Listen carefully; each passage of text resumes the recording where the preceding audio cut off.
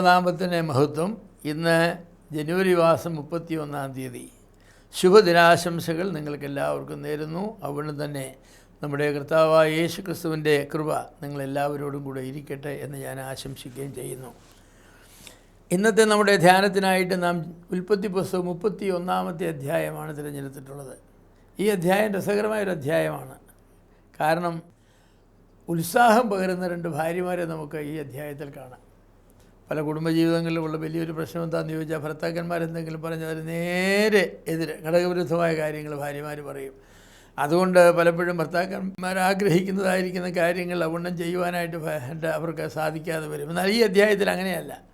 ഈ അധ്യായത്തിൽ യാക്കോബ് ആഗ്രഹിച്ച കാര്യം നിവർത്തിക്കുവാനായിട്ട് എല്ലാ പ്രോത്സാഹനവും നൽകുന്ന രണ്ട് ഭാര്യമാർ. അവർ തമ്മിൽ മത്സരിച്ചൊക്കെയാണ് ജീവിച്ചതെങ്കിലും ഇക്കാര്യത്തിൽ വരുമ്പോൾ അവർ ഒന്ന് ചോദിക്കുകയാണ്. അങ്ങനെ യാക്കോബിൻ്റെ കുടുംബജീവിതം എന്ന് പറഞ്ഞാൽ അത്രയ്ക്കൊന്നും അനുകരണീയമായ ഒരു കുടുംബജീവിതമല്ല. കാരണം ഭാര്യമാരുടെ മത്സരവും യാക്കോബിൻ്റെ വിഭജിത സ്നേഹവും അവരുടെ കുടുംബജീവിതത്തെ കൈപ്പുള്ളതാക്കി തീർത്തു എന്നറിയാം. എന്നാൽ യാക്കോബ് ഒരു കാര്യം തീരുമാനിച്ചു, ഇനിയും ഞാൻ ലാബാനെ സേവിച്ച് ഇവിടെ കരികയില്ല. എനിക്ക് എൻ്റെ നാട്ടിലേക്ക് തിരിച്ചു പോകണം. എൻ്റെ ദൈവം എൻ്റെ പിതാക്കന്മാർക്ക് വാഗ്ദത്തം ചെയ്തതായിരിക്കുന്ന നാടാണ് എനിക്കുള്ളത്. ആ നാട്ടിലേക്ക് ഞാൻ പോകും എന്ന് തീരുമാനിച്ചു. എന്ന് മാത്രമല്ല, യാക്കോബ് നോക്കിയപ്പോൾ ലാബാൻ്റെ മുഖഭാവം മാറിയതായിട്ട് കണ്ടു. അതേക്കുറിച്ച് പറയുന്നത്, ലാബാൻ്റെ മുഖം മുൻപത്തെ പോലെ ആയിരുന്നില്ല എന്ന് യാക്കോബ് കണ്ടു.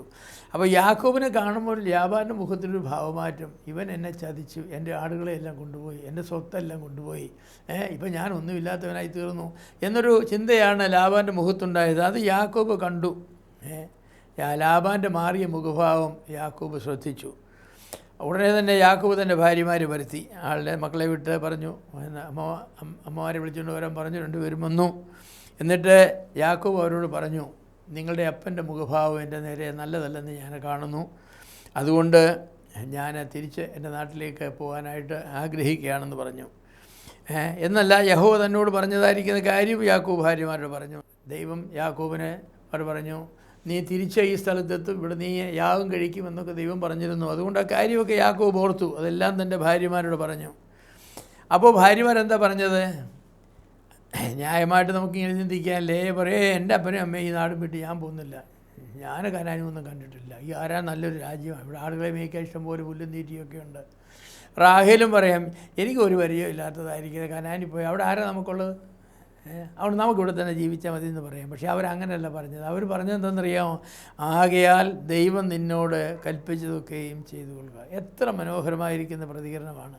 ഒരു ഭാര്യയിൽ നിന്നും ഒരു ഭർത്താവിന് ലഭിക്കാവുന്ന ഏറ്റവും മാതൃകയുള്ള പ്രതികരണമാണ്, യഹോവ നിന്നോട് കൽപ്പിച്ചതൊക്കെയും നീ ചെയ്തു കൊള്ളുക. പല ഭർത്താക്കന്മാരും പറഞ്ഞു കേട്ടിട്ടുണ്ട്, കർത്താവിൻ്റെ വേലയ്ക്ക് വേണ്ടി അവരെ കർത്താവ് വിളിച്ചു എന്നവർക്ക് നല്ല ബോധ്യമുണ്ട്. പക്ഷേ ഭാര്യ പറയും, ഞാൻ സമ്മതിക്കില്ലെന്ന് പറഞ്ഞു. ഞാൻ സമ്മതിക്കുകയില്ല, ഞാൻ ജീവിച്ചിരിക്കുന്ന കാലത്ത് കർത്താവിൻ്റെ വേല ചെയ്യാൻ ഞാൻ സമ്മതിക്കുകയില്ല, ജോലി ചെയ്ത് കുടുംബം നോക്കേണ്ടതിന് പകരം കർത്താവിൻ്റെ വേലയ്ക്കെന്ന് പറഞ്ഞു പോവുക. അങ്ങനെയൊക്കെ പറയുന്നതായിരിക്കുന്ന ഭാര്യമാർ ധാരാളമുണ്ട്. ഭർത്താക്കന്മാരോട് ദൈവം പറഞ്ഞത് ചെയ്യുവാൻ പലപ്പോഴും വിലങ്ങുതടിയായി നിൽക്കുന്ന ഭാര്യമാരുണ്ട്. അത് നല്ലതല്ല. എന്നാൽ ഇവിടെ അങ്ങനെയല്ല. റാഹേലും ലേയും യാക്കോബിനോട് പറഞ്ഞത്, നിൻ്റെ ദൈവം നിന്നോട് ചെയ്തത് തന്നെ നീ ചെയ്തുകൊള്ളുക എന്നാണ്. ഞാനൊരു കാര്യം പറയട്ടെ, തീരുമാനങ്ങൾ എടുക്കേണ്ട സമയത്ത് തീരുമാനങ്ങൾ എടുത്തേ മതിയാവും. താമസിച്ചെടുക്കുന്ന തീരുമാനങ്ങൾ അത് ആപത്താണ്. നേരത്തെ എടുക്കുന്ന തീരുമാനങ്ങൾ അപക്വമാണ്. അതിനും വലിയൊരു വില കൊടുക്കേണ്ടതായിട്ട് വരും. എന്നാൽ എടുക്കേണ്ട തീരുമാനങ്ങൾ എടുക്കേണ്ട സമയത്ത് തന്നെ എടുക്കാവും. ചില തീരുമാനങ്ങൾ വളരെയേറെ ബുദ്ധിമുട്ടുള്ള തീരുമാനങ്ങളാണ്. ചില തീരുമാനങ്ങൾ വളരെയേറെ ബുദ്ധിമുട്ട് പിന്നാലെ വരുത്തിയെന്ന് വരാം. എന്നാൽ എടുക്കേണ്ട തീരുമാനങ്ങൾ എടുത്തേ മതിയാവും. ഇവിടെ അങ്ങനെയുള്ള ഒരു തീരുമാനമാണ് യാക്കോബ് എടുക്കുന്നത്. തൻ്റെ രണ്ട് ഭാര്യമാരെയും ദൈവം അവർക്ക് നൽകിയതായിരിക്കുന്ന മക്കളെയും കൂട്ടി, ഈ ആടുമാടുകളെയും എല്ലാം കൂട്ടി തിരിച്ച് കനാൻ നാട്ടിലേക്ക് പോവുക എന്ന് പറയുന്നത് വലിയൊരു തീരുമാനമാണ്. ചെറിയ തീരുമാനമല്ല. 10,000 കിലോമീറ്റർ ഈ ആടുകളെയും മാടുകളെയും നടത്തിക്കൊണ്ട് പോകണം. അതുപോലെ തൻ്റെ കുഞ്ഞുങ്ങളുണ്ട്, പ്രായമുള്ളവരും പ്രായം കുറഞ്ഞ കുഞ്ഞുങ്ങളുമുണ്ട്. അവരെ എല്ലാമായിട്ട് പോവുക എന്ന് പറയുന്നത് ചെറിയ ഒരു കാര്യമല്ല. എന്ന് മാത്രമല്ല, ഇപ്പോൾ അനേക വർഷങ്ങളായിട്ട് യാക്കോബ് ഈ പദ്ദൻഅരാമിൽ താമസമാക്കിയിരിക്കുകയാണ്. ആ പ്രദേശമായിട്ട് യാക്കോബിന് നല്ല പരിചയമാണ്. അവിടെയുള്ള മലകളും അതുപോലെ എല്ലാ കാര്യങ്ങളും യാക്കോബിന് വളരെ പരിചയമാണ്.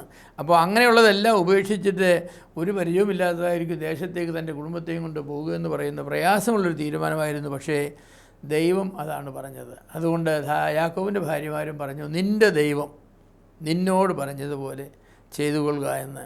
യാക്കോബിൻ്റെ ഭാര്യമാർ യാക്കോബിൻ്റെ തീരുമാനത്തോട് പൂർണ്ണമായി യോജിച്ച് ആ തീരുമാനത്തിന് നടത്തിപ്പിനായി യാക്കോബിനെ അവരെ പ്രോത്സാഹിപ്പിച്ചു. അതൊരു നല്ല മാതൃകയാണ്. എന്നെ കേൾക്കുന്ന സഹോദരിമാരായ ഞാൻ നിങ്ങളോട് പറയട്ടെ, നിങ്ങളുടെ ഭർത്താക്കന്മാർ ദൈവഹിതപ്രകാരം ചെയ്യുന്ന തീരുമാനങ്ങളോട് നിങ്ങൾ എങ്ങനെയാണ് പ്രതികരിക്കുന്നത്? ചില തീരുമാനങ്ങൾ നിങ്ങൾക്ക് ഉൾക്കൊള്ളുവാൻ പ്രയാസമായിരിക്കും.